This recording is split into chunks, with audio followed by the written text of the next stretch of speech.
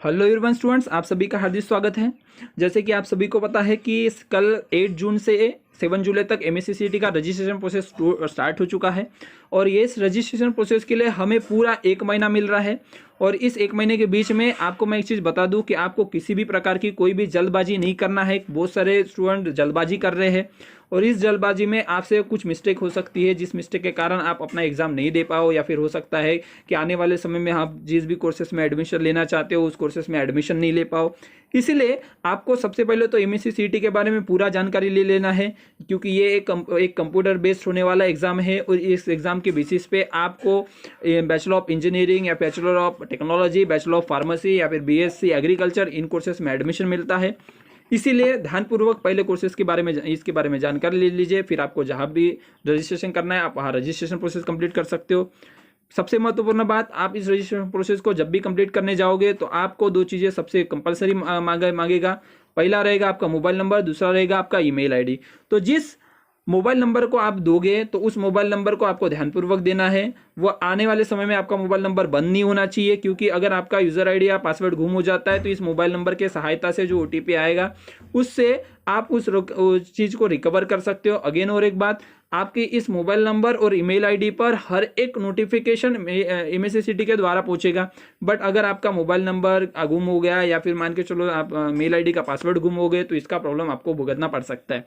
इसीलिए ये ध्यान रखना है, आप जब भी फॉर्म फिलअप करने जाओगे तो उस वक्त आपको एक्यूरेट डिटेल्स देना है, आपको स्पेलिंग मिस्टेक चेक करना है। आप अगर किसी के पास में फॉर्म फिलअप कर रहे हो तो आपको सामने वाले के भरोसा नहीं करना है, तो आपको खुद होके चेक भी करना है कि आपका स्पेलिंग सही है या गलत है।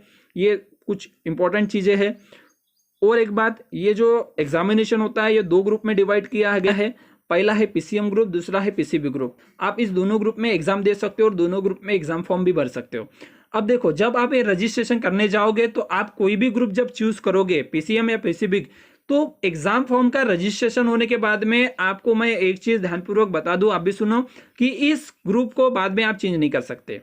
मतलब कि अगर मान के चलो आपने एक बार फॉर्म भर दिया तो आप चेंज नहीं कर पाओगे, और अगर मान के चलो आपने सिर्फ PCM ग्रुप भरा तो आप इंजीनियरिंग में ही एडमिशन ले पाओगे या फिर टेक्नोलॉजी में एडमिशन ले पाओगे। आपने PCB ग्रुप बोला तो फार्मा में ही एडमिशन ले पाओगे। तो इसीलिए सबसे पहले तो आप इन ग्रुप इसमें से कौन सा ग्रुप आपको भरना है और कौन से कोर्सेज में आपको एडमिशन लेना है वो सबसे पहले ध्यानपूर्वक डिसाइड कर लीजिए। और इससे बेस्ट सजेशन तो मेरा ये रहेगा, तो आप दोनों ग्रुप का फॉर्म भरिए, PCM और PCB। इससे क्या होगा, आपको किसी भी कोर्सेज में एडमिशन लेना है तो आप ले सकते हो, चाहे वो इंजीनियरिंग हो, फिर आपका फार्मा हो या फिर एग्रीकल्चर हो।